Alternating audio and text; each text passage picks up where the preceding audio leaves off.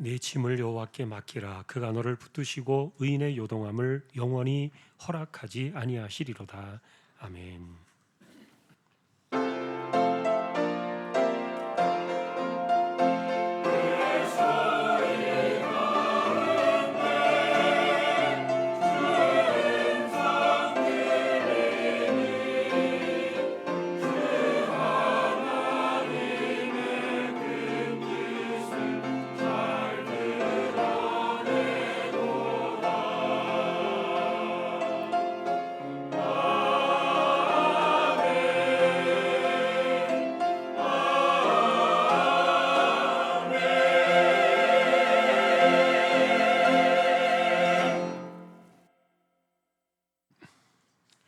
하나님 감사합니다. 주님의 날을 주셔서 저희들을 예배자로 오늘도 세워주셨습니다. 부족한 인생들입니다. 성령님 붙들어 주시고 영과 진리로 예배할 수 있도록 저희를 주장하여 주십시오. 하나님 홀로 영광을 받으시기를 소망하오며 존귀하신 예수 그리스도의 이름으로 기도하옵나이다. 아멘.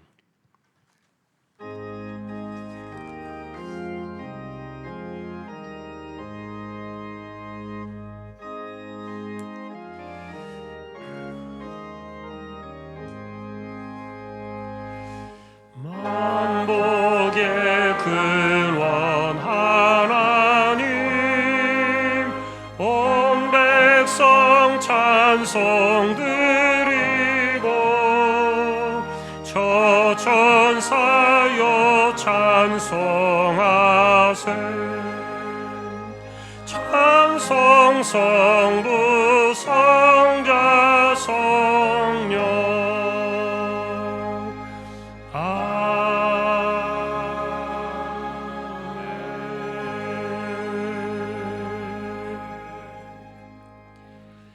하늘에 계신 우리 아버지여 이름이 거룩히 여김을 받으시오며 나라 임하옵시며 뜻이 하늘에서 이룬 것 같이 땅에서도 이루어지이다. 오늘날 우리에게 일용할 양식을 주옵시고 우리가 우리에게 죄 지은 자를 사하여 준 것 같이 우리 죄를 사하여 주옵시고 우리를 시험에 들게 하지 마옵시고 다만 악에서 구하옵소서. 대개 나라와 권세와 영광이 아버지께 영원히 있사옵나이다. 아멘.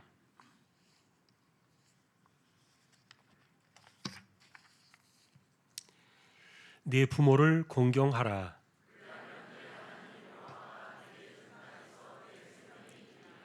내 아들아, 네 아비의 훈계를 들으며 네 어미의 법을 떠나지 말라. 너를 낳은 아비에게 청종하고 내 늙은 어미를 경히 여기지 말지니라. 자녀들아 주 안에서 너희 부모에게 순종하라. 이것이 옳으니라. 내 아버지와 어머니를 공경하라. 이것은 약속이 있는 첫 계명이니 이로써 네가 잘 되고 땅에서 장수하리라. 아멘.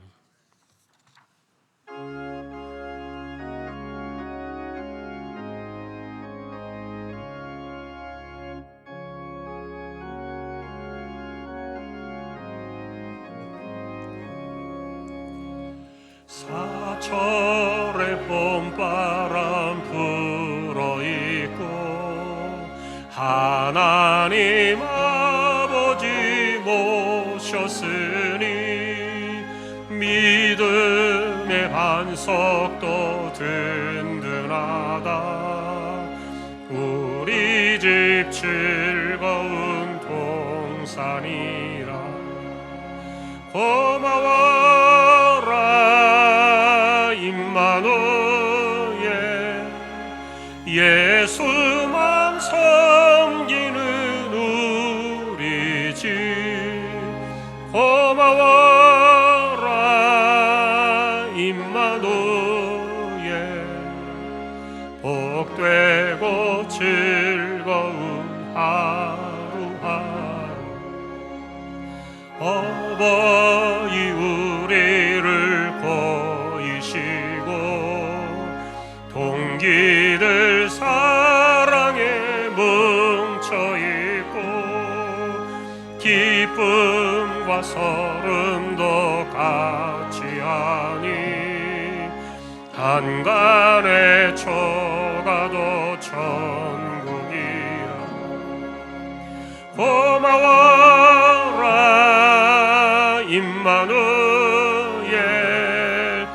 예수만 섬기는 우리 집. 고마워라 임마누엘, 복되고 즐거운 하루하루.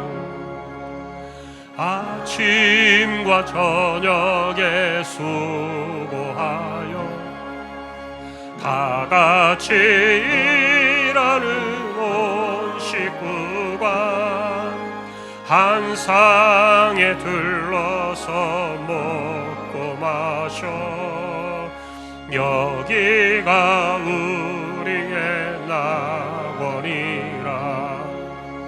고마워라 임마누엘, 예수만 섬기는 우리 집. 고마워라 임마누엘, 복되고 즐거운 하루하루.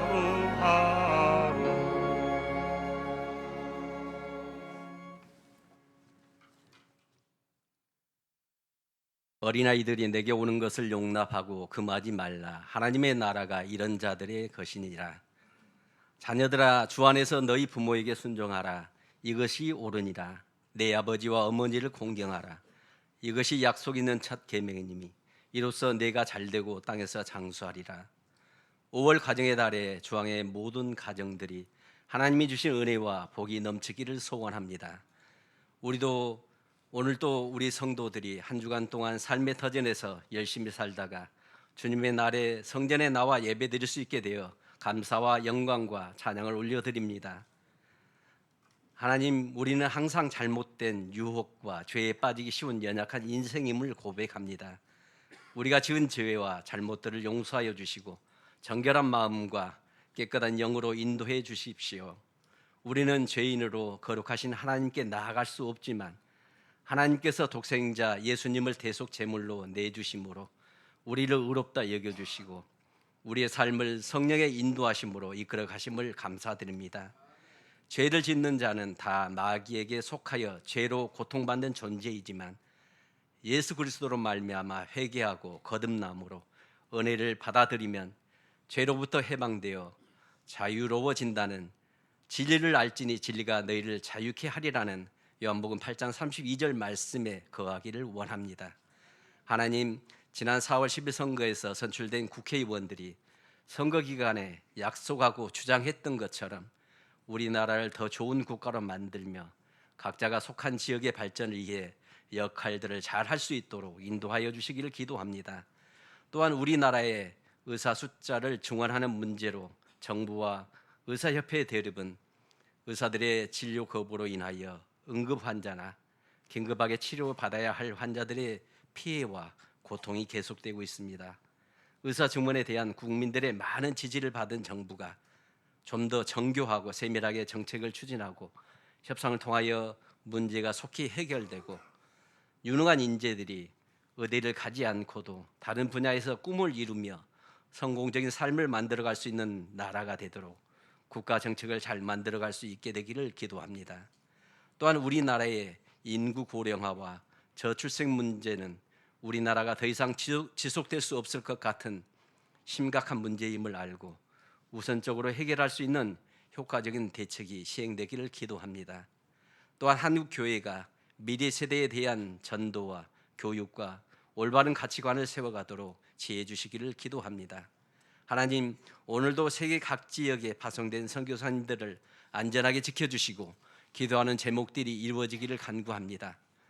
미얀마 군부 정권의 통치는 억압과 치안의 불안과 경제적 어려움으로 나타나고 전기가 부족하여 미얀마 주양교회 50평 예배당에서 우리나라 한여름보다 더운 40도가 넘는데도 선풍기도 못 켜고 150여 명의 성도들이 예배드리는데 숨쉬기 어려울 만큼 무척 힘들다며 기도를 요청하고 있습니다. 하나님, 그동안 우리 주한교회 성도님들이 미얀마를 위한 목적 헌금으로 적립한 돈으로 그곳에 발전기를 구입해 주기로 교회가 결정하였습니다. 그분들이 기뻐할 모습을 보시는 하나님, 우리 성도들을 통하여 하나님이 일을 이루시는 것으로 믿고 너무 감사드립니다. 하나님, 우리 교회 성도님들이 더 많이 선교지의 기도에 힘이 되고 하나님 기뻐하실 일에 참여하는 영광 돌리기를 원합니다. 미얀마 링 목사님과 협력자들에게 함께 하시고 양곤 중앙교회의 성도들이 고난과 어려움 가운데서도 하나님을 의지하고 잘 견디고 이겨내도록 은혜로 인도하여 주시기를 기도합니다. 라오스 하요셉 선교사님과 가족들을 강건하게 하시고 미술교육과 대강의 등 하는 사역을 통하여 라오스에도 주님 나라가 확장되기를 간구합니다. 네팔 선교지와 김포 주황교회와 우리 교회가 후원하는 선교지와 미래 자립교회가 부흥하며 기관들이 역할을 잘 감당하게 되기를 기도합니다. 하나님, 이번 주 수요일 15일은 주한가족 한마음 체육대회를 포동운동장에서 합니다. 유치부로부터 소망부에 이르기까지 모든 성도들이 기쁘게 참여하여 그리스도 안에서 서로 사랑하고 운동과 친교의 즐거운 시간이 되게 하여 주십시오. 진행을 총괄하는 총남전대회와 함께 준비하는 구역장들을 통하여 모든 성도가 참여하여 은혜의 시간이 되게 하여 주시기를 기도합니다. 하나님, 올해 우리에게 맡겨주신 각자의 직분들이 있습니다. 모두 귀하고 소중하게 여겨 충성된 청지기로서의 역할들을 잘 감당하기를 원합니다. 우리들의 신앙이 10년, 20년 세월이 흘러갈수록 늙어가거나 쇠퇴하지 않고 믿음의 시간이 쌓일수록 성장하고 성숙하여서 더 큰 역할들을 감당하며 최고의 영성인 관용과 너그러움으로 서로를 격려하며 더 높은 성숙한 마음으로 나아가는 우리 모두 되게 하여 주십시오. 하나님, 주한가족 가운데 몸이 연약한 성도와 투병 중인 분들이 있습니다. 왜 이런 병이 나에게 왔을까? 잘못된 진단은 아닐까? 내가 무슨 잘못을 했다고 이런 일이 있을 수 있단 말인가? 분노도 생기고 치유해주면 더 많이 주님을 위해 살겠다고 기도도 합니다. 너희 중에 병든 자가 있느냐? 그는 교회의 장로들을 청할 것이요 그들은 주의 이름으로 기름을 바르며 그를 위하여 기도할지니라. 믿음의 기도는 병든 자를 구원하리니 주께서 그를 일으키시리라. 혹시 죄를 범하였을지라도 사하심을 받으리라. 아멘. 하나님, 본인이나 가족 모두 지치지 않게 하시고 하나님이 주시는 소망과 위로와 평강이 있게 하여 주십시오. 하나님, 치료하여 주시고 회복시켜 주셔서 기쁨을 경험하게 하여 주시기를 간절히 간구합니다. 담임 목사님의 영육이 강건하며 말씀을 선포할 때 성령 충만한 은혜가 있고 목회사에게 힘과 능력을 더하여 주시고 듣는 우리는 아멘으로 화답하고 서로를 돌아보며 우리 모두가 그리스도의 사랑 안에서 서로를 위하여 기도하고 힘이 되어주는 교회로 만들어가게 하여 주시기를 기도합니다. 부목사님들과 전도사님들께도 맡겨진 교구를 잘 관리하며 성도들의 요청뿐 아니라 아파하고 힘들어하는 분들의 들리지 않는 외침에도 돌아보게 하시고 교육부서에서의 말씀과 미래를 바라보며 성장과 부흥을 경험하며 주님의 귀하고 크게 쓰임받는 사역자들이 다 되게 하여 주시기를 기도합니다. 올해도 목사님을 보필하고 교회와 성도들을 잘 섬기는 장로님들과 안수 집사님, 권사님 그리고 각 기관의 책임을 맡은 분들에게 열심을 주시고 능력과 지혜도 주시고 하나님 나라 확장을 위해 최선을 다하게 하여 주십시오. 주한교회 성도들의 하는 사업과 직장과 가정 위에 은혜와 복을 더하여 주시고 순간순간 하나님의 은혜를 경험하는 한 해의 대대로 인도하여 주시기를 기도합니다. 주왕의 자녀들이 올바른 말씀으로 잘 양육받고 믿음이 자라며 나라와 교회와 이 세상에서 하나님께 영광을 올려드리는 사람들로 성장하게 하여 주십시오. 꿈을 갖게 하시고 요셉과 같이 하나님과 동행함으로 형통한 인생들이 되게 하여 주십시오. 주일학교 선생님들께 충성되게 직분을 감당하며 맡겨주신 자녀들의 믿음이 잘 자라도록 기도하고 헌신하고 그 수고가 헛되지 않게 하시며 찬양대와 오케스트라와 예배와 차량 봉사와 주차 등 각각의 위치에서 수고하는 모든 분들에게 감사할 일들이 넘치게 하여 주시기를 간구합니다. 이 시간 목사님을 통하여 선포될 말씀을 잘 깨닫고 순종하며 삶에서 승리하는 우리 모든 주왕의 성도들이 되게 하여 주십시오. 우리 한 사람 한 사람을 통하여 하나님의 일을 이루시며 믿음의 성도들이 흔들리지 않도록 이끄시며 우리를 자유케 하시는 진리이신 예수 그리스도의 이름으로 기도하옵나이다. 아멘.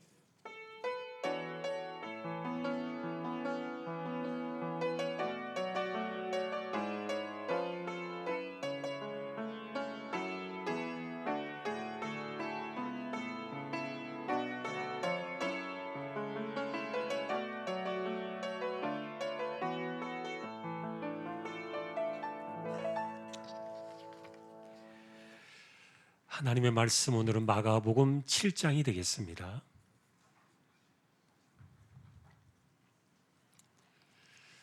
마가복음 7장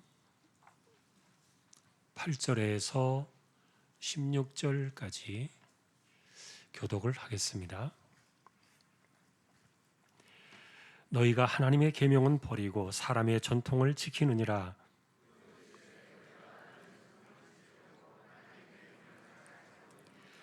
모세는 내 부모를 공경하라 하고 또 아버지나 어머니를 모욕하는 자는 죽임을 당하리라 하였거늘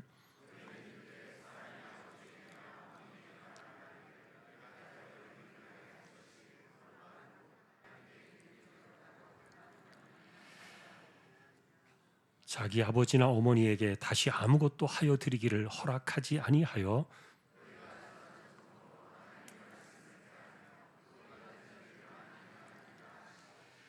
무리를 다시 불러 이르시되 너희는 다 내 말을 듣고 깨달으라.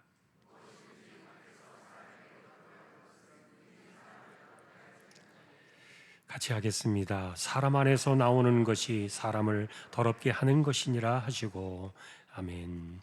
16절까지 보셨습니다. 교회 소식입니다. 주보 12쪽 함께 해주시기 바랍니다.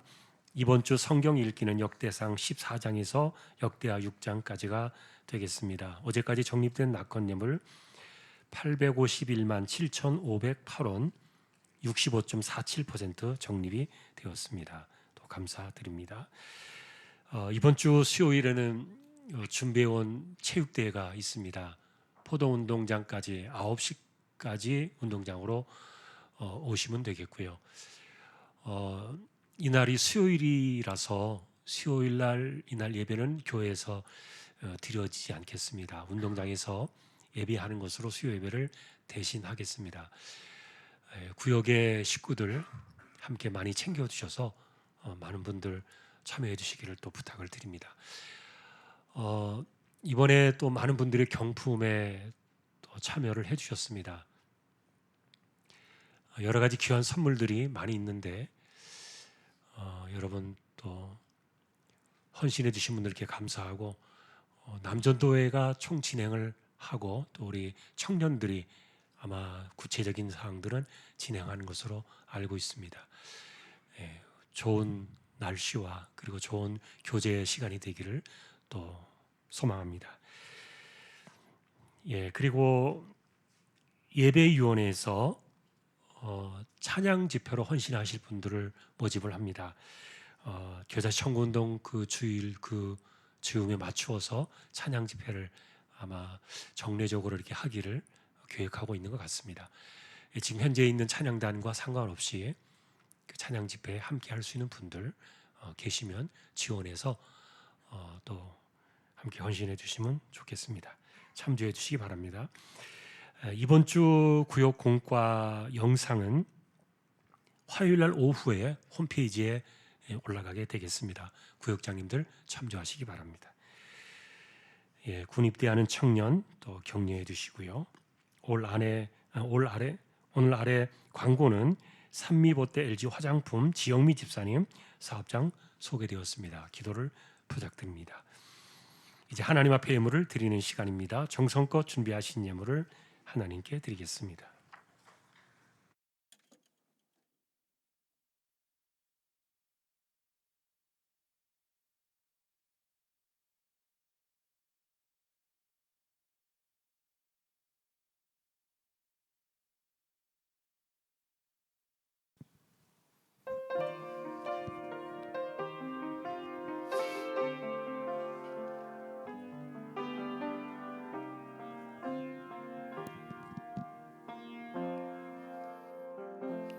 살아내기에 힘겨운 하루,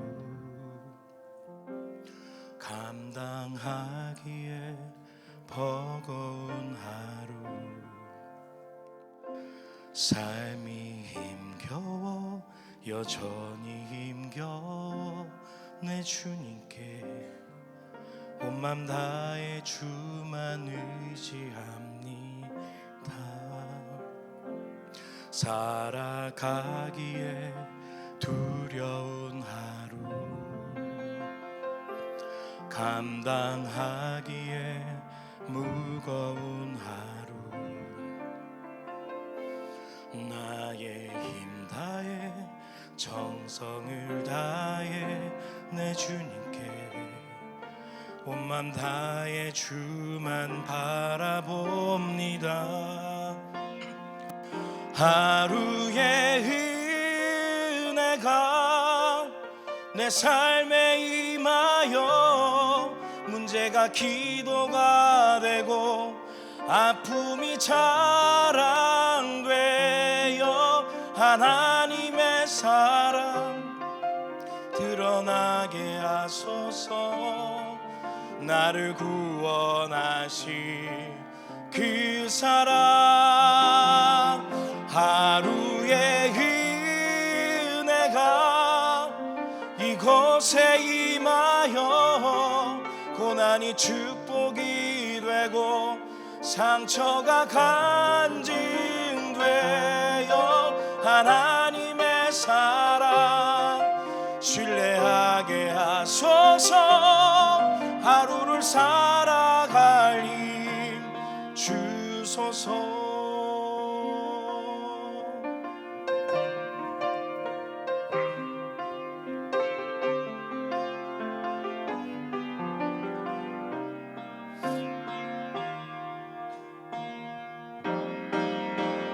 하루의 은혜가 내 삶에 임하여 문제가 기도가 되고 아픔이 자랑되어 하나님의 사랑 드러나게 하소서.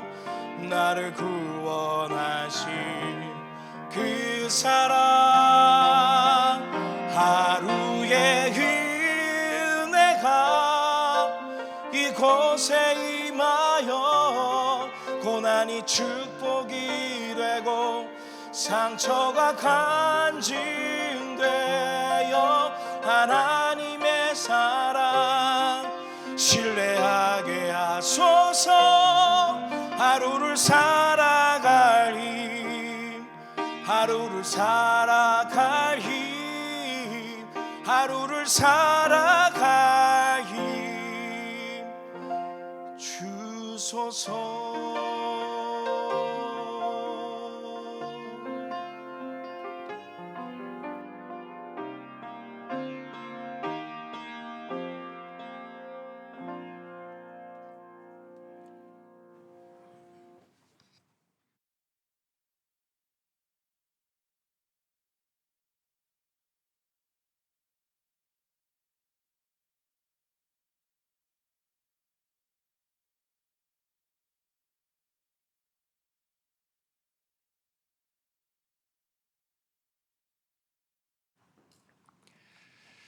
우리에게 힘을 주시는 하나님을 찬양합니다. 주시는 힘으로 매일의 삶을 이겨내며 승리하는 저희 모두 다 되게 하여 주십시오. 믿음으로 하나님의 것을 구별하여 드렸습니다. 주일원금 10의 1조입니다. 목적을 따라 선교, 구제, 장학, 차량 보이지 않는 가운데 드려지는 낙헌 예물 있습니다. 또 여기에 감사를 드립니다. 범사에 감사드립니다. 가족 건강 주심을 감사드립니다. 대신방 감사드리며 주신 말씀 붙잡고 삶 속에 임하게 하옵소서. 귀한 가정을 세우시고 부모와 자녀를 통하여 하나님의 사랑과 마음을 알아가게 하시니 감사합니다. 주님의 은혜 안에 살게 하심을 감사드립니다. 주님의 보호 아래 하루하루 무탈하게 살게 하심에 감사합니다. 할렐루야 범사에 감사하며 감사 넘치는 귀한 가정으로 인도해 주시고 말씀 안에 바로 살며 자녀들에게 번창하여 앞길에 시온에 들어 활짝 열리도록 역사하여 주십시오. 하나님 감사합니다. 지금까지 하나님의 은혜로 살았습니다. 아내의 생일 감사드립니다. 주의 은혜로 소망구 야유에 잘 다녀오게 하심에 감사합니다. 어머님의 건강을 기도합니다. 범사에 감사합니다. 모든 것을 감사함으로 받아 버릴 것이 없게 하라. 항상 말씀 안에 거하게 하시고 말씀 따라 살아가는 인생이 되기를 기도합니다. 치료의 손길로 건강 회복케 하심에 감사합니다. 하나님의 은혜로 건강 회복 감사드립니다. 주님 사랑합니다. 참 진리 되신 주님만 바라보며 나아가는 믿음의 가정이 되게 하옵소서. 하나님 아버지, 지금까지 살아온 것 주님께서 지켜주시고 일으키신 사랑과 은혜입니다. 하나님을 기쁘시게 하는 남은 인생으로 살아가게 하옵소서. 생일 감사드립니다. 은혜 가운데 여행을 잘 다녀오게 하심에 감사드립니다. 사나 죽으나 주님의 영광을 위해 살게 하옵소서. 아프리카에 출장을 갑니다. 오가는 길 지켜주시고 언제나 주님과 동행하는 은혜의 딸이 되기를 소망합니다.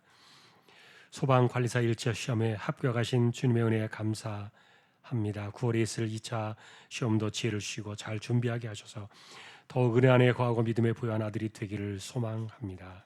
생일 감사합니다. 남편의 입원과 퇴원을 할 수 있게 하심에 감사합니다. 더 회복되어질 것을 믿으며 감사를 드립니다. 남편의 건강을 지켜주옵소서. 가족들의 건강과 안전을 하나님께 맡깁니다. 영육이 강건하도록 붙들어 주옵소서. 어머님 강건하시고 맑은 정신으로 사실 수 있기를 기도드립니다.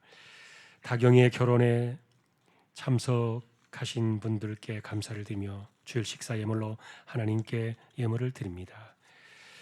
오늘도 우리의 손길입니다. 중심을 보시는 하나님 언제나 신실하게 살아갈 수 있도록 우리를 붙들어 두시고 기도의 무릎으로 이마에 땀 흘려 가며 열심히 살아갈 때 하나님께서 그 손을 채워주시고 빈손이 없게 해주시고 때를 따라 내리신 은혜로 이 세대를 이겨내는 저희 모두 되게 하여 주옵소서. 존귀하신 예수 그리스도의 이름으로 감사하며 기도 올리옵나이다. 아멘.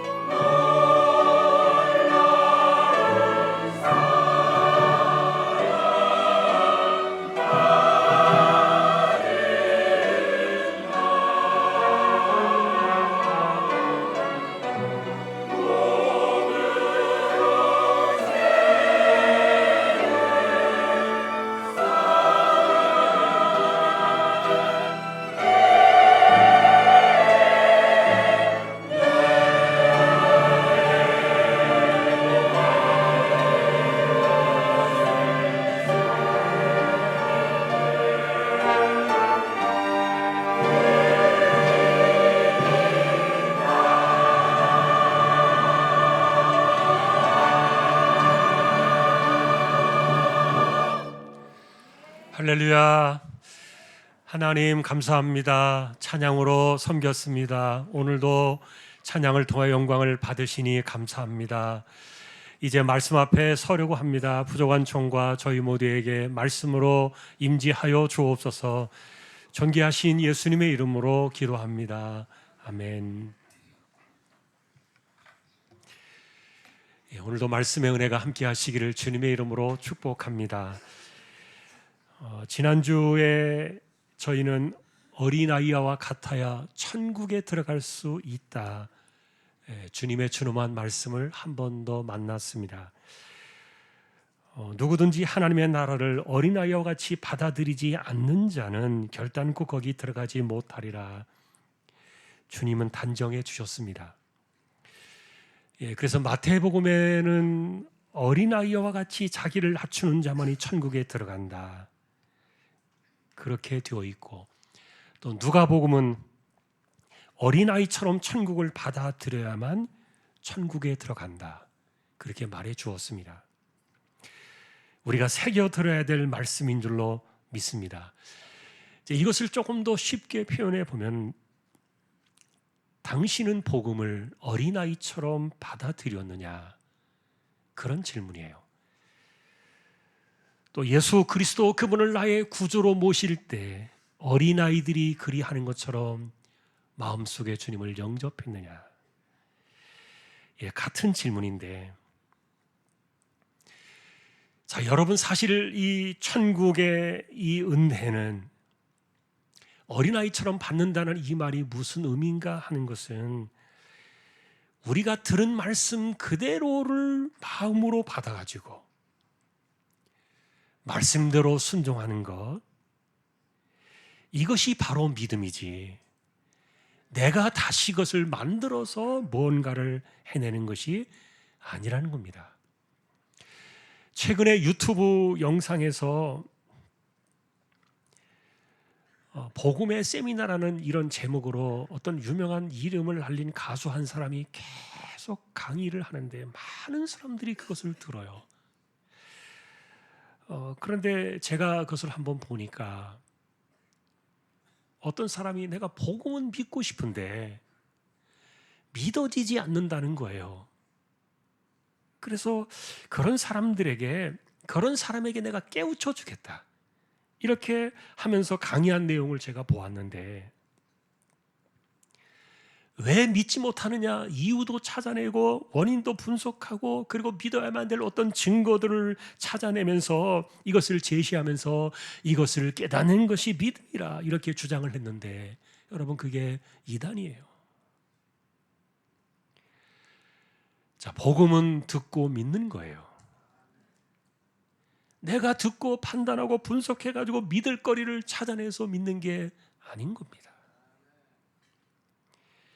그래서 이단은 이야기합니다. 깨달으면 믿음이고 깨닫지 못하면 믿음이 아니다, 이렇게 말하는데 틀렸어요.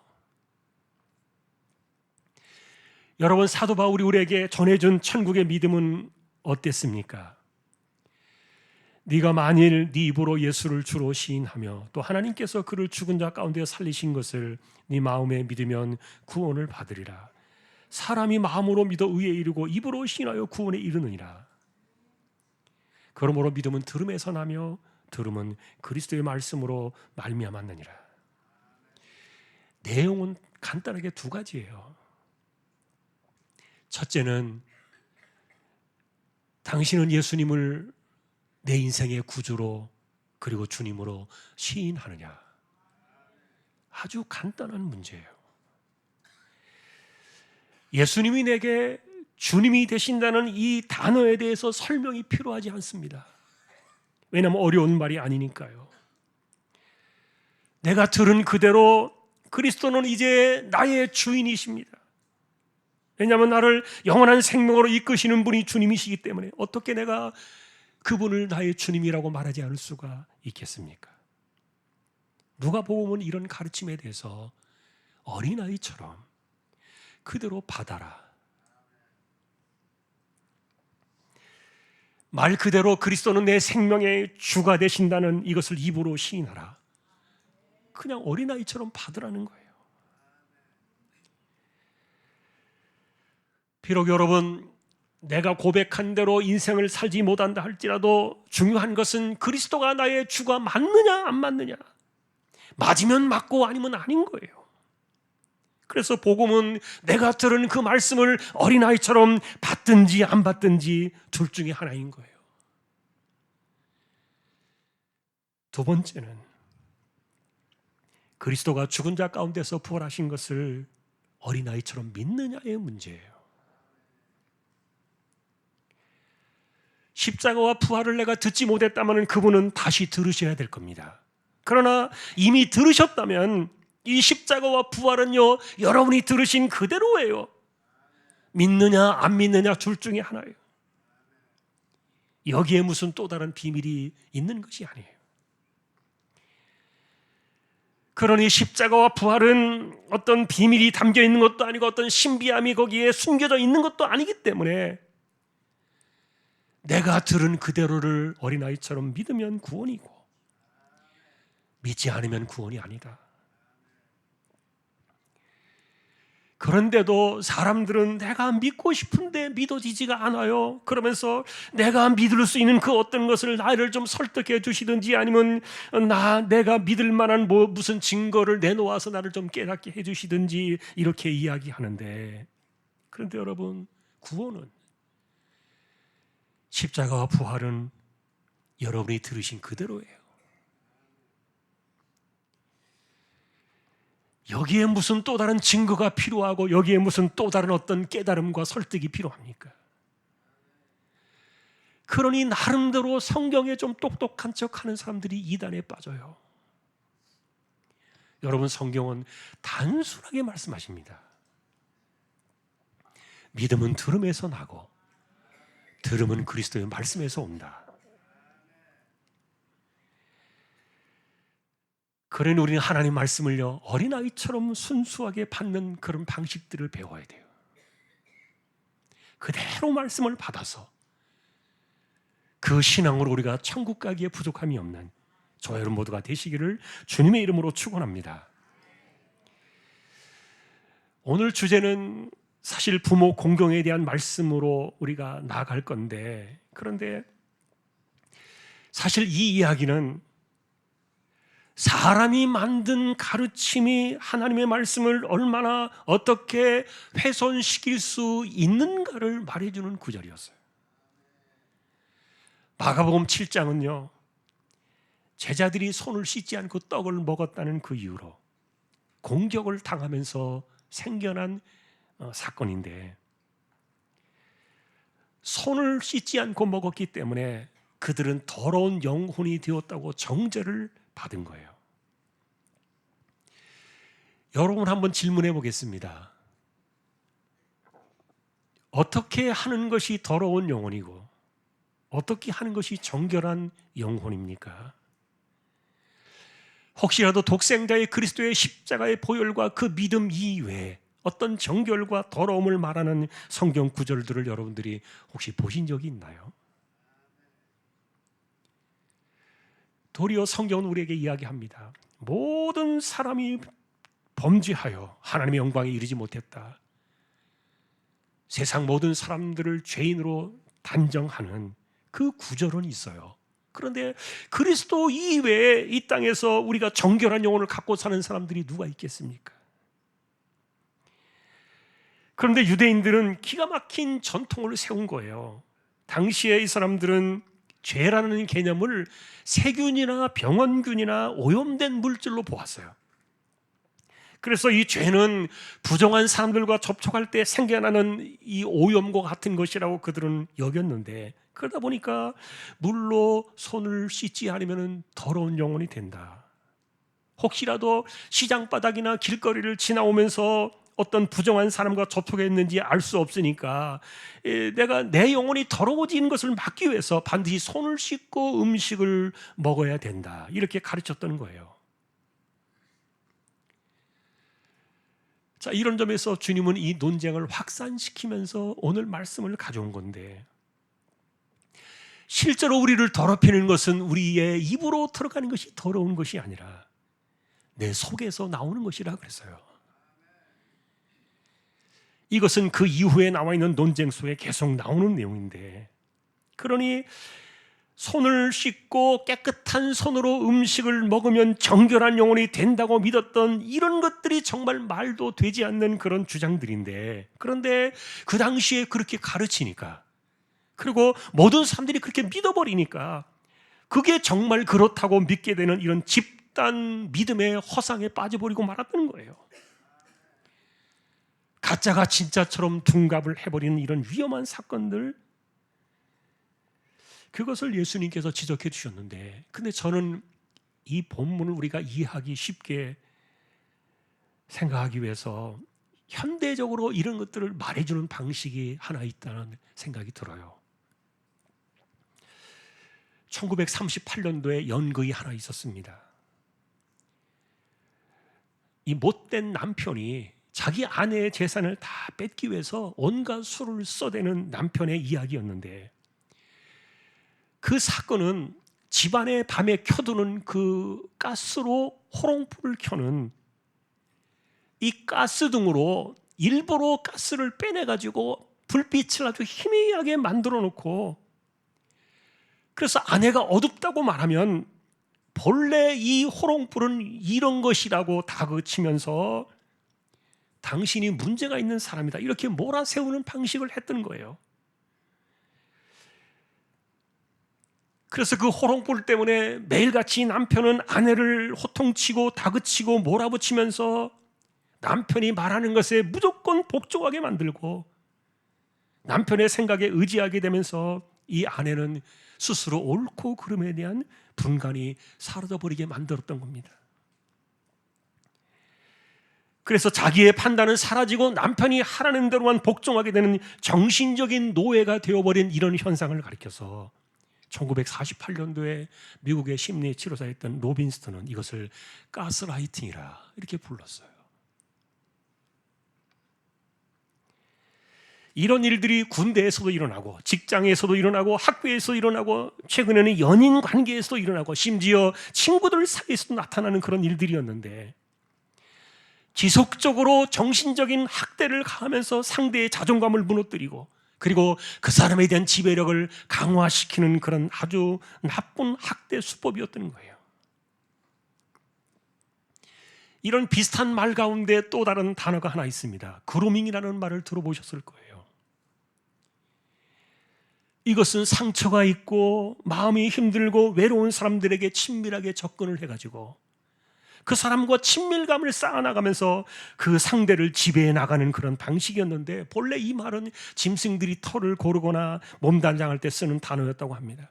여러분, 원숭이가 또 다른 원숭이에게 붙어가지고 이렇게 털을 골라주고 뭐를 이렇게 해주는 것들을 본 적이 있을 거예요. 마찬가지로 외롭고 힘든 사람들을 찾아가서 그를 돕고 위로하고 상처를 싸매주는 척하면서 서서히 그 사람의 마음을 자기에게만 의지하게 만드는 이런 방식이 그루밍이었어요.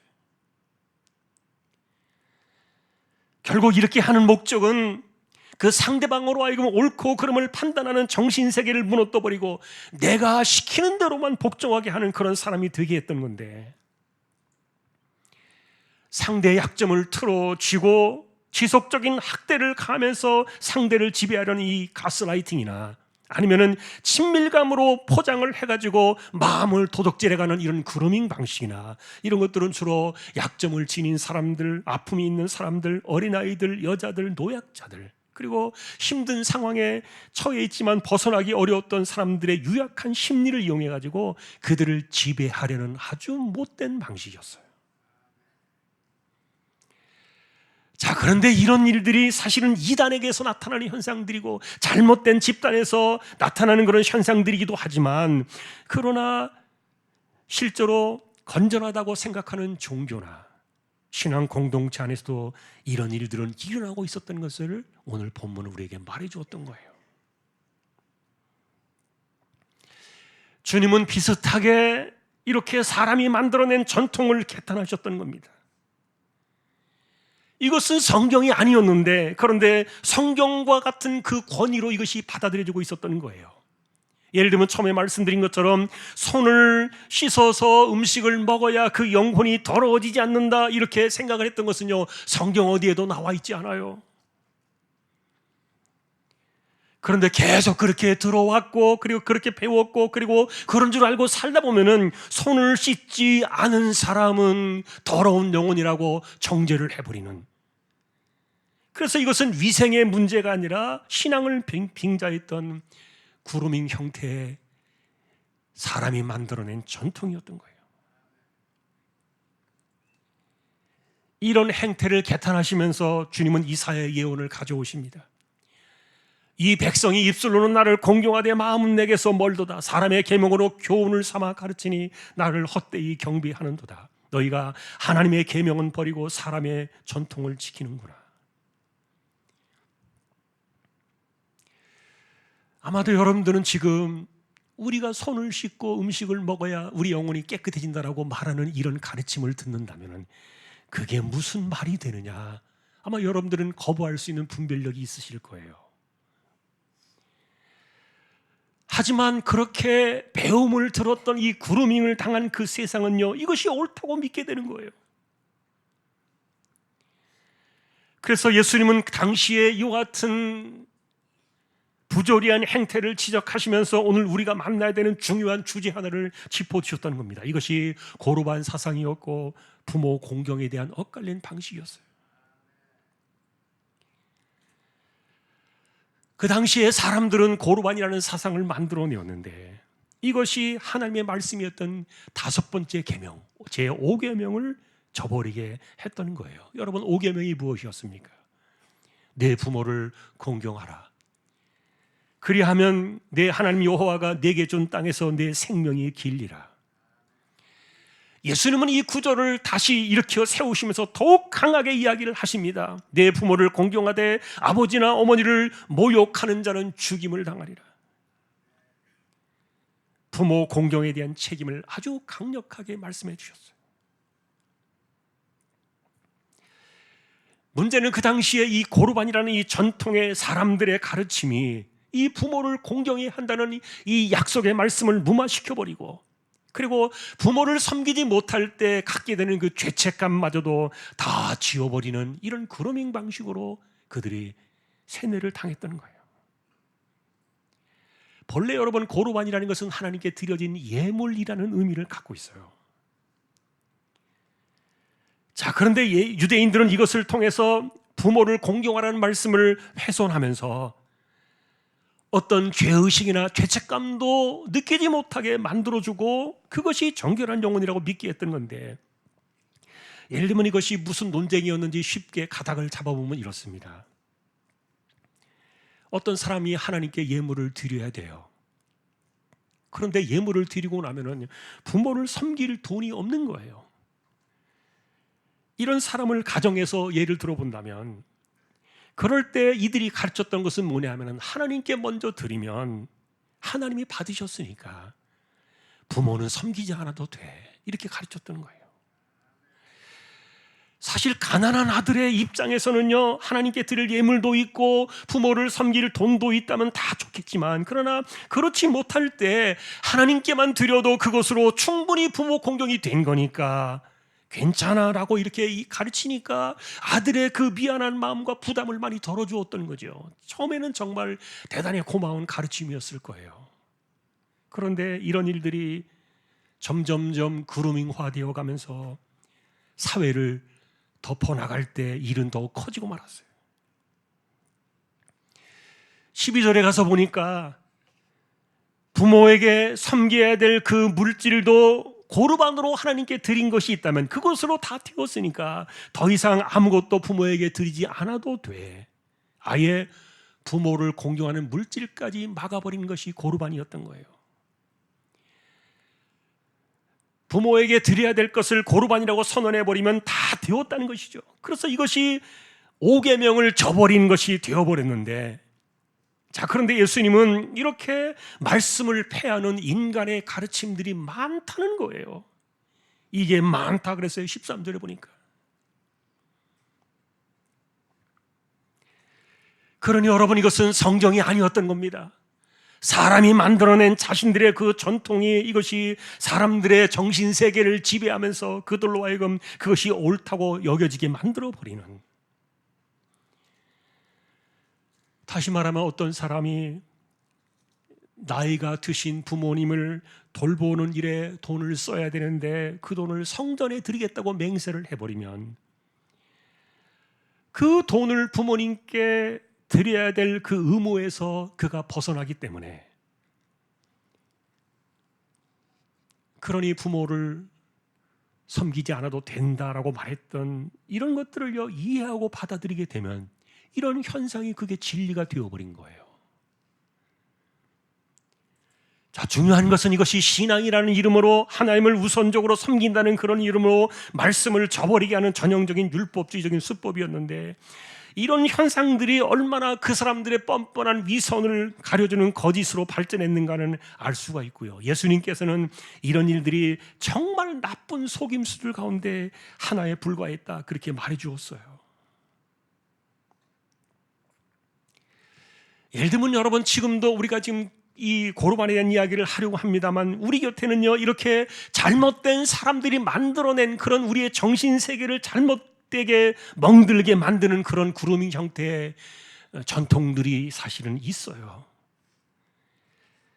예를 들면 여러분, 기도에 관한 전통의 가르침이 있고, 부활의 영광에 대한 전통과, 그리고 천국과 지옥에 대한 오해와 특별히 헌금에 대한 잘못된 가르침 등이, 이런 것들이 지금도 우리 곁을 맴돌고 있는데, 이것이 성경이 아니라 사람이 만들어낸 그루밍 방식의 수법으로 우리 곁에 있다는 것은 저만의 염려는 아닐 거예요. 예를 들면 한때 어떤 사람들은 30일 작정 기도를 하라, 100일 작정 기도를 해라, 이런 것에 정성을 들이면 만사 형통이다, 이런 것들을 마치 성경의 진리처럼 이야기한 사람들이 있었어요. 그래서 우리가 늘 나누는 말씀입니다만, 하나님은 여러분 인간의 정성에 감동하는 분이 아니세요. 오직 하나님의 아들 독생자가 자신의 몸을 찢어서 우리에게 하늘길을 열어두신 그 길을 걸어가면서 독생자의 이름을 들고 믿음으로 그 보좌 앞으로 나가는 것, 그래서 내가 그분을 믿는다는 그 믿음 하나만 가지고 하나님을 감동시키는 것이지, 30일 작정 기도를 하고 100일 작정 기도를 하는 그런 헌신이 만사형통이라는 말, 여러분 성경 어디에 있나요? 없다니까요.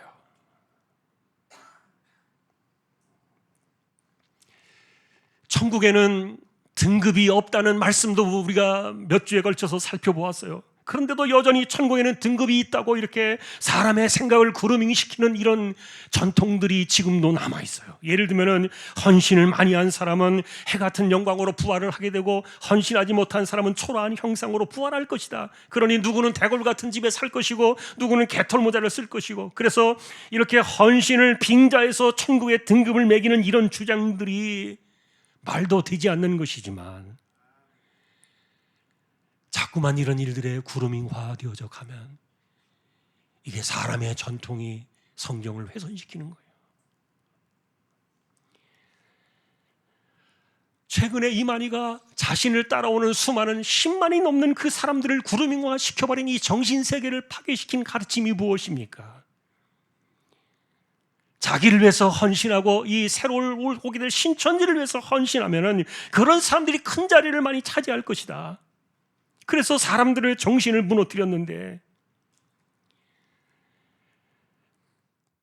여러분 그것이 이단이든 정통이든지 무엇이든지 간에 성경이 아닌 사람들이 만들어낸 말들에 길들여져 가지고 그것이 마치 진리인 것처럼 습득이 되어 가지고 내가 그것을 지키려고 살아가게 되면요, 성경을 붙드는 것이 아니라 이 사람은 그것을 가르친 사람에게 복종하는 정신적인 노예가 되고 마는 거예요.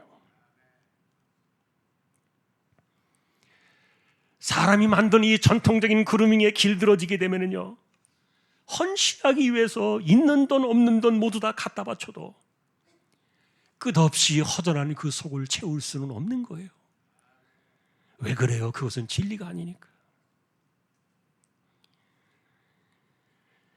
결국 헌신이라는 이 거짓된 그루밍의 이 전통의 인생이 병들어 버리면은 천국의 영광과 소망은 오직 독생자의 십자가와 부활로 우리 값없이 거둬주신 그분과 같아지는 이 은혜라는 사실을 저버리게 되어지고, 그리고 사람의 가르침 아래 갇혀버리니까 그 영혼이 얼마나 위험하겠습니까? 이것을 지키려고 말씀을 저버리게 된다. 주님은 그것을 지적하셨던 거예요. 자, 우리가 이런 것들을 폭넓게 살펴보는 이유는 이렇게 사람이 만들어낸 전통에 길들어진 이런 방식들이 성경을 허물기 때문입니다. 그런데 오늘 우리가 살펴봐야 될 주제는 이것만이 아니에요. 여러분, 부모를 공경하라는 5번째 계명에서 우리가 엿볼 수 있는 대목들이 또 하나 있어요. 실제로 고르반이 무너뜨린 그 부모 공경에 대한 중대한 해석이 하나 들어있는데, 예수님은 11절에서 이렇게 고르반을 비판하면서 이렇게 말씀하십니다. 허물어버린 그 성경의 내용 가운데 부모 공경의 의미가 있음을 예수님께서 끄집어내셨는데, 아버지나 어머니에게 드려서 유익하게 하는 물질, 이것을 공경의 방식으로 주님은 인정을 하셨던 거예요. 소위 말하는 돈입니다. 돈을 부모에게 드려서 부모를 유익하게 하는 것, 이것이 부모 공경의 하나의 방식으로 보았다는 거예요. 그런데 고르반이라는 신앙이라는 그 이름을 가지고서 사람들이 부모 공경을 위해 드려야 될 그 돈을 막아버렸다는 거예요. 이것이 성경을 폐하는 것이라고 주님은 진단을 하셨습니다. 여러분은 부모를 공경한다는 것이 내가 부모님께 돈을 들여서 부모님을 유익하게 해드려야 한다는 이런 말씀, 여러분 어떻게 생각하십니까? 보물이 있는 곳에 마음이 있다 하셨는데, 돈으로 섬기는 이것이 부모 공경에 대한 큰 의미를 우리에게 주셨다는 거예요. 그러니 고르반이 무너뜨렸던 그 되살려 놓으신 그 부모 공경의 첫 번째 진실은 뭡니까? 돈으로 부모를 유익하게 하라는 것입니다. 이것은 여러분 전통이 아니라 주님이 해석해 주신 성경의 진리예요.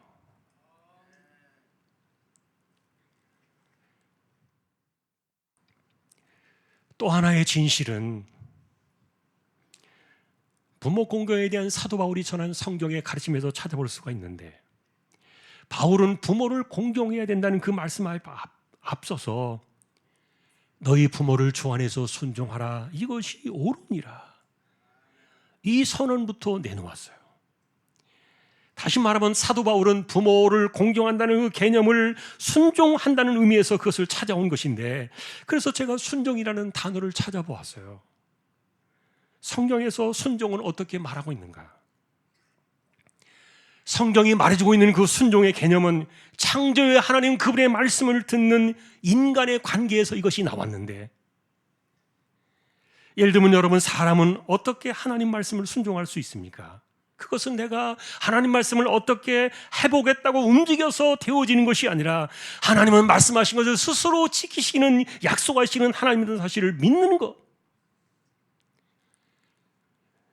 다시 말하면 여러분, 성경이 우리에게 말해주는 순종은 내가 주의 깊게 듣고 마음에 새기는 것이지, 내가 그 말씀을 어떻게 지켜보겠다고 행하는 그 무엇에 달려있는 것이 아니었다는 말이에요. 그러니 순종이라는 개념은 하나님의 말씀을 내 마음속에 채우고 그 말씀을 내 것으로 들을 수 있는 이 귀가 열려지는 이것을 의미했던 거예요. 실제로 여러분, 사람들은 순종을 생각할 때 행위를 먼저 떠올립니다. 그러나 행위보다 우선하는 것은 듣는 귀였다는 거예요. 이런 점에서 부모를 순종하라는 이 바울의 가르침은 부모의 말을 깊이 듣는 방식을 배워라, 그리고 그것을 마음에 새겨라, 이것이 부모를 공경하는 올바른 순종이었다는 것을 가르쳐주고 있었던 것 같아요. 여러분, 사도 바울은 우리가 이 땅에서 잘되고 모두가 다 잘되고 땅에서 장수하는 축복의 사람이 되기를 원했을 거예요. 그렇게 하기 위해서는 부모를 공경해야 되는데, 바울은 그 이야기를 부모 공경을 순종하라는 단어에서 가져왔던 겁니다. 누가 부모의 말에 귀를 기울일 수 있습니까? 결론적으로 오늘 우리는 이 부모 공경에 대한 진실을 마지막으로 이렇게 결론을 맺어가고 있는데, 저는 이 부분을 보면서 부모 공경을 잘해가지고 복을 받은 사람의 이야기가 성경에 혹시 있지는 않을까, 그렇게 궁금해서 사실은 성경을 쭉 생각해 보았는데 안타깝게도 없더라고요. 저는 찾아볼 수 없었어요. 그래서 저는 기본적으로 이런 생각이 들어요. 그래, 이 땅에 태어난 모든 자녀들은 부모를 공경하지 못하고 가는구나. 그러다 보니까 떠나고 난 이후에 대부분의 자녀들은 아쉬움을 남길 수밖에 없는 것이 우리의 삶인데, 신앙으로 살아간다고 했던 사람들조차도 누가 부모를 제대로 공경하며 살았을까? 그런 아쉬움이 많이 남았고요. 그럼에도 불구하고 굳이 찾아보려고 한다면 야곱의 아들 요셉을 우리가 생각해 볼 수 있는데, 이분은 여러분 10대 나이에 노예로 팔려가서 20여 년이 지난 30대 후반에 아버지와 가족을 만나게 되지 않습니까? 그런데 그때 오랜만에 만난 그 아버지를 바로왕에게 소개하던 그 당시에 요셉의 그 태도가 정말 가슴이 뭉클한 부분이 아닙니까? 왜냐하면 그가 생각했던 그 아버지는 20여 년 전에 보았던 그 아버지가 아니에요. 이제는 허리가 구부정하게 굽어져 버렸고, 그리고 한쪽 다리를 절름거리며 걸어가는 그 초라한 모습이, 그리고 한평생을 살아왔기 때문에 짐승 냄새가 몸에 배어 있었던, 그래서 겉으로 볼 때는 감추고 싶은 초라한 아버지였지만, 그러나 요셉은 그 아버지라는 그 자리는 총리의 권세로도 넘볼 수 없는 불가침의 영역이라는 사실을 그는 보여주었던 거예요.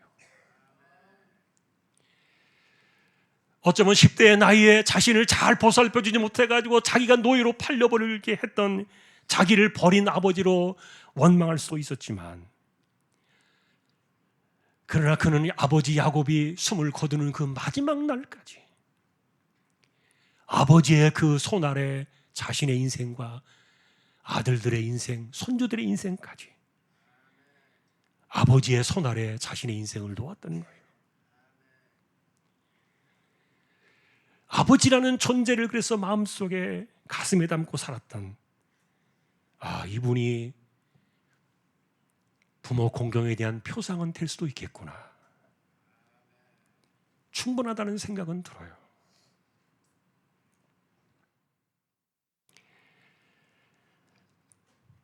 대체로 부모를 공경한 사람의 이야기가 거의 없었다는 점에서 우리 역시 이 오계명에 나타난 이 약속의 말씀은 내 것이 아닐 수도 있겠구나. 여러분, 부모를 공경하는 사람들은 땅에서 잘 될 것이요 그가 장수의 축복을 누릴 것이다라는 이 약속은 실제로 여러분, 내가 건강을 잘 관리해서 오래 사는 것과는 다른 거예요. 그리고 내가 공부하고 노력하고 애쓰고 땀 흘려서 수고하는 것과는 다른 거예요. 네가 땅에서 잘 될 것이다, 네가 장수할 것이다, 이것은요 하나님의 손이 인생을 붙드시는 특별하신 은혜를 이야기하는 거거든요. 그래서 우리는 하나님께서 내가 부모를 잘 공경해서 이 땅에서 잘 되는 것은 하나님의 특별하신 손으로 우리에게 주시는 은혜예요. 이건 플러스 알파의 은혜라는 말이에요.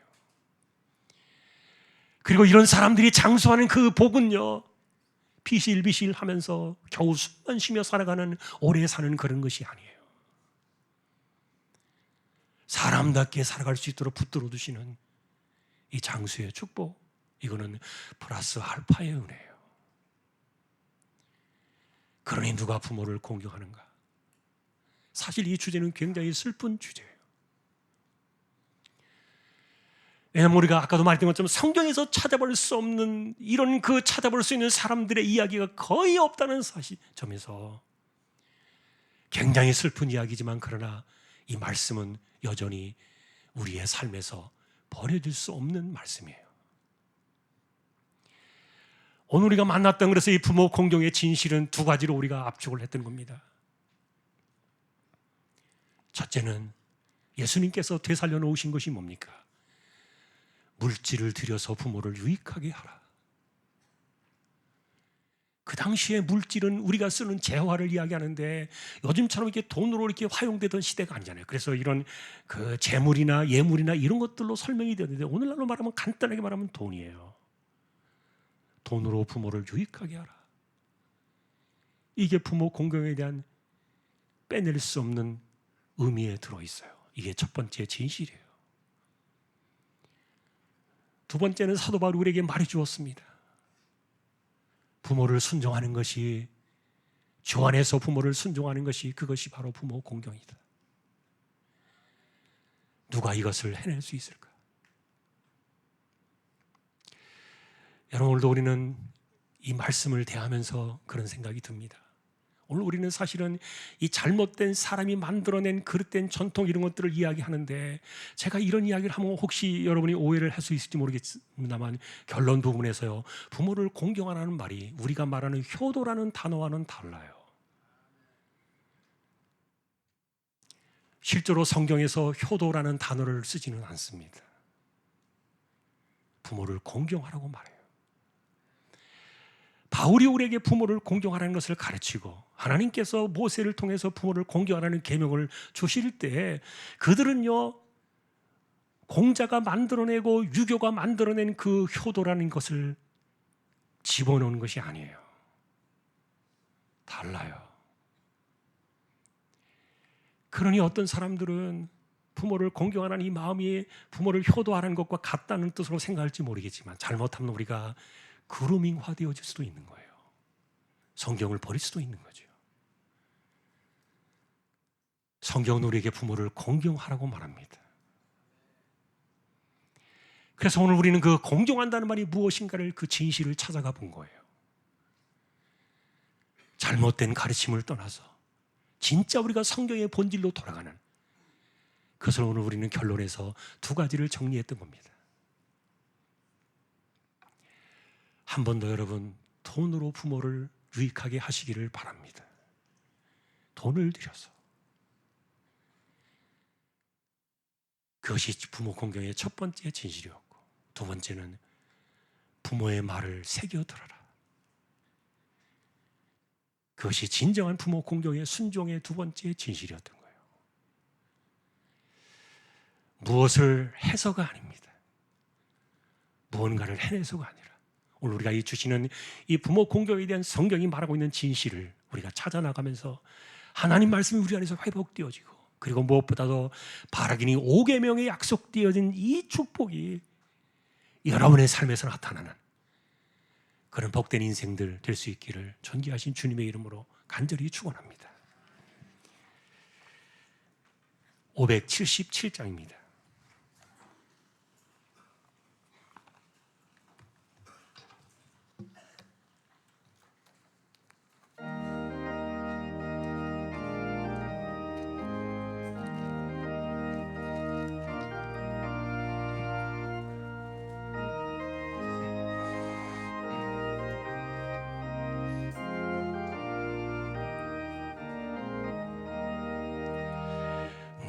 낳으시고 길러주신 어버이의 큰 사랑, 바다보다 넓으시고 산보다도 높은 사랑, 하나님을 경외하신 어버이의 크신 사랑, 내게 주신 크신 은혜, 하나님을 찬양하세. 주님 은혜 감사하며 영광 찬양 할렐루야. 힘들거나 괴로울 때 기도하신 어버이, 즐거운 일 함께 웃고 기뻐하신 그 얼굴이 긴 시간 흘렀으나 마음속에 남았구나. 내게 주신 크신 은혜 하나님을 찬양하세. 주님 은혜 감사하며 영광 찬양 할렐루야.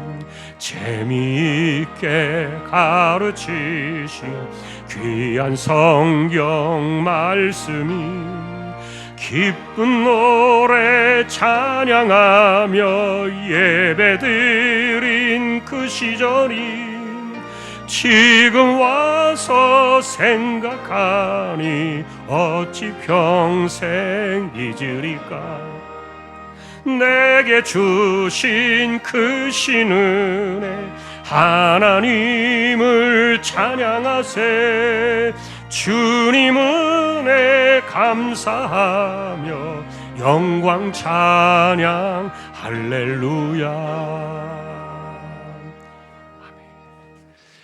우리 일어나셔서 파송의 기도 드리겠습니다. 다 같이 눈을 감고 두 손을 우리 가볍게 들고 주여 한번 외치고 기도를 드릴 때, 주여 나의 삶 속에 5계명의 축복이 임하게 하옵소서. 부모를 공경하게 하옵소서. 돈을 들여 유익하게 하라. 주님의 말씀이었고 부모의 말을 새겨 들어라. 이것이 부모를 순종하는 공경의 가르침이었는데 이것이 내 삶이 되게 해주시고 또 내가 그 길을 걸어가는 사람 되게 해주십시오. 우리 함께 주여 외치고 기도를 드리겠습니다. 주여, 하나님 아버지, 자녀들을 낳아서 평생을 기르고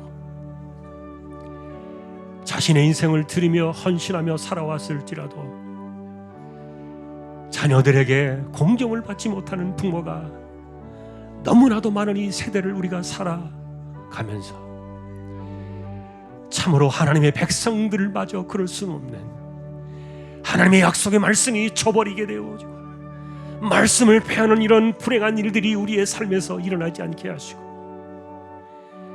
성경에서 우리에게 가르친 그대로 약속의 말씀을 따라 부모를 공경하는 이 길을 걸어가면서 약속의 첫 번째 계명을, 이 첫 번째 축복의 약속들을 내 삶에서 누릴 수 있는 우리 모두가 되도록 하나님 지켜주시기를 소망합니다. 돈을 들여서 부모를 유익하게 하라 하셨던 이 말씀, 고르반 사상이 무너뜨렸던 그것을 다시 회복하기를 기뻐하셨던 부모를 공경하는 삶의 본질이 우리의 삶에서 돌아오게 하시고 또한 부모의 말씀을 새겨듣는 이와 같은 순종의 마음들이 부모를 공경하는 그런 기림을 우리에게 가르쳐 주셨던 약속의 말씀들을 따라 우리의 삶이 그렇게 나아가게 하시고 우리가 살아가는 삶의 가정과 환경들 속에서 그래서 이 5계명의 축복이 나타나는 하나님의 은혜의 손이 우리의 삶을 특별히 붙들어 오시는 그런 역사하심이 우리의 인생이 되도록 하나님 지켜주시고 붙들어 두시기를 소망합니다.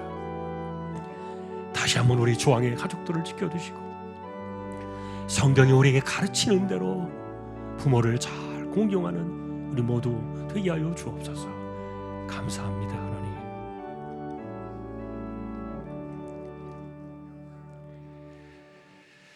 이재용 집사님, 최태경 청년, 신배한 집사님, 조인성 청년, 김한솔 청년, 백형래 집사님, 조말순 집사님, 연약한 이들을 의탁합니다.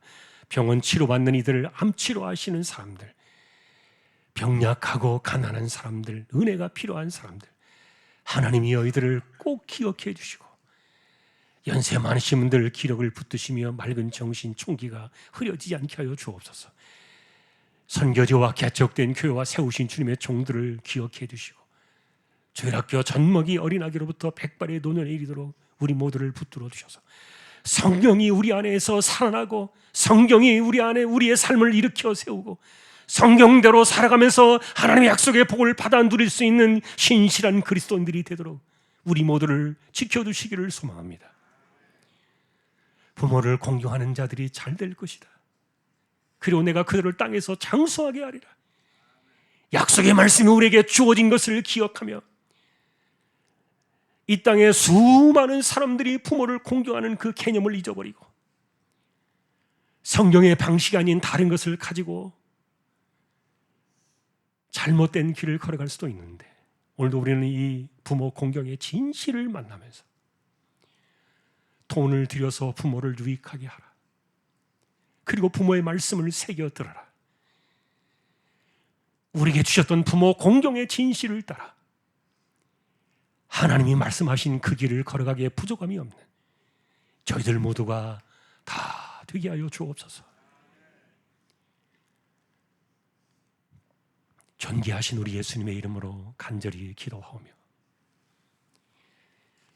우리에게 십자가와 부활로 영원한 생명을 값없이 거저주신 우리 주님 예수 그리스도의 은혜와 하나님 아버지의 사랑과 성령님의 감화, 감동, 위로, 인도, 교통, 충만하심이 부모 공경의 진실을 따라 남은 인생을 살아가기를 원하는 우리 모든 심령들, 주왕의 가족들 위해 이제로부터 영원까지 함께 있을지어다. 아멘.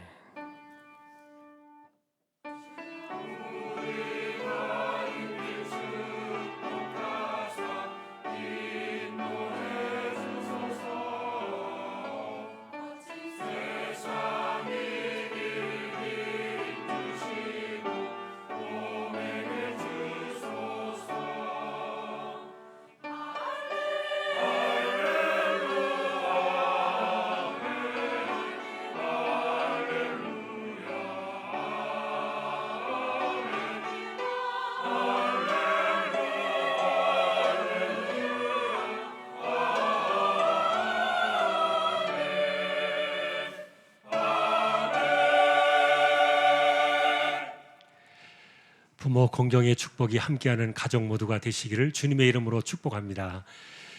예, 오늘 아버지 학교 이제 광고를 못했는데 지금 최소한 30명에서 50명까지는 돼야 운영이 됩니다. 근데 여러분 좀 도와주시고요. 남자분들 좀 잘 참여할 수 있도록 협조를 좀 부탁을 드립니다. 예, 그리고 군에 가는 아들이 있어서 우리 기도하고 보내겠습니다. 도훈이 어디 있나요? 여기 앞에 있네요. 예, 우리 도훈이는 초등학교 때부터 자기 키만한 이 첼로를 들고 다니면서 이렇게 오케스트라 봉사했던 우리 아들인데 이렇게 장성해서 군에 가게 되었습니다. 감사합니다. 제가 기도를 드리겠습니다. 하나님 감사합니다. 도훈이가 이렇게 장성을 해서 건강한 모습으로 군에 가게 되었습니다. 잘 다녀오게 하시고 훈련도 잘 받고 또 군생활 잘 마치고 돌아올 때까지 하나님 동행해 주시고 또 좋은 사람들 만나게 해주시고 좋은 시간들을 잘 보내면서 하나님의 자녀임을 잊지 않도록 지켜주시고 꼭 붙들어 두시고 주장해 주시기를 소망합니다. 가는 길에 하나님 동행해 주시기를 소망하며 존귀하신 예수님의 이름으로 축복하며 기도 올리옵나이다. 아멘. 인사. 우리 교제 찬양하겠습니다.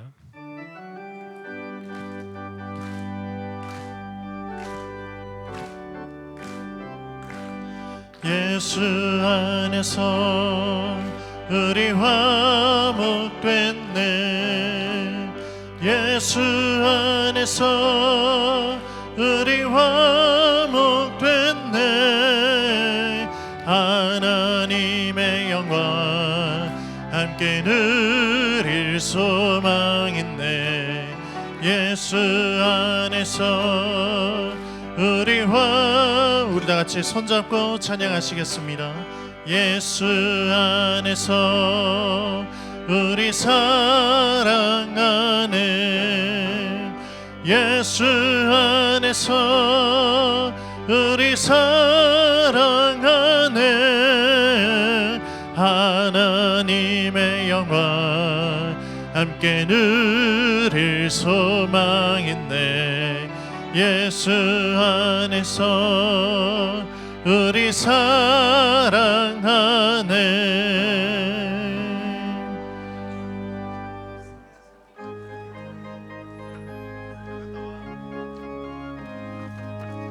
오늘 남전도의 원래로 모이도록 하겠습니다.